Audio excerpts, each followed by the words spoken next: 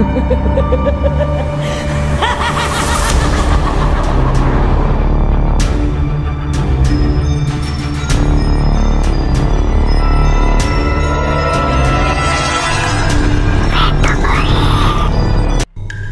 nocte everyone. Thomas Gray was born December 26, 1716 in London, died in July 30, 1771. An English poet, was an elegy written in country churchyard, is one of the most best-known of the English lyric poems. Although his literary output was slight, he was the dominant poetic figure in the mid-18th century and a precursor of Romantic movement. For today's lesson, we are going to analyze the literary piece of Gray, the story behind its meaning. But before we start, let me introduce to you myself. Hi, my name is Arnel as Tacusalme, and I'll be your discussion for tonight.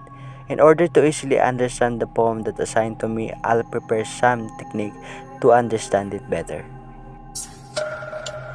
This poem laments the death of all men, especially the poor and unrecognized ones.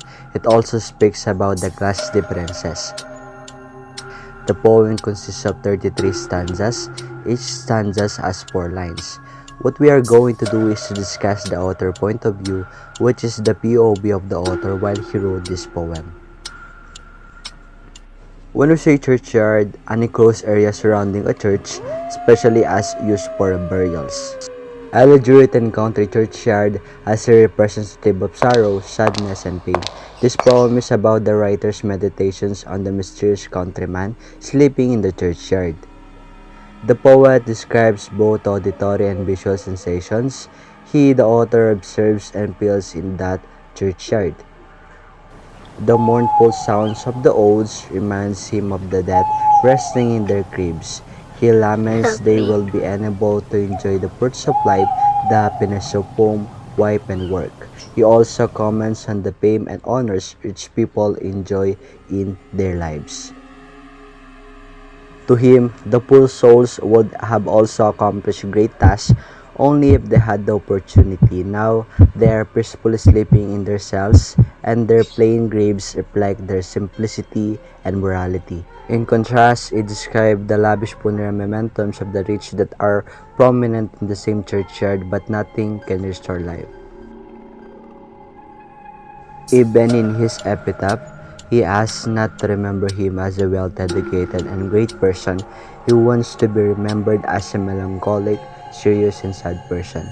He desires to be known as a common man whom he has praised and with whom he was going to be buried.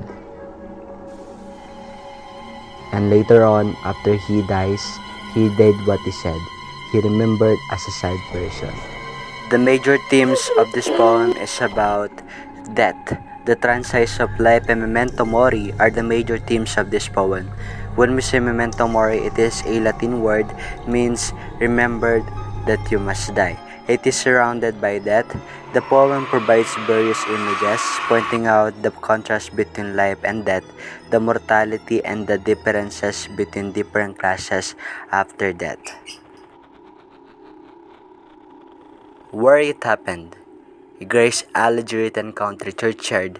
It takes place, you guess it, in country churchyard. And that means that it was written among all the gravestones of the dead members of that church. It's shaded by alpine yew trees, and there's an owl hooting in the background. Elegy written country churchyard, written in Cambridge. Thomas Gray began work on Elegy in 1742. The setting may be in the Stoke Porges, where Gray's mother was buried, and where his own remains would eventually lie.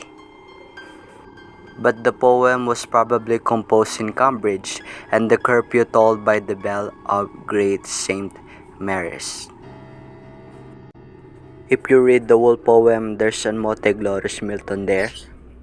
And according to Thomas Gray in his Elegy, a Mote Glorious Milton is a poor man who had the great talents which will never discover due to his lack of education and privilege.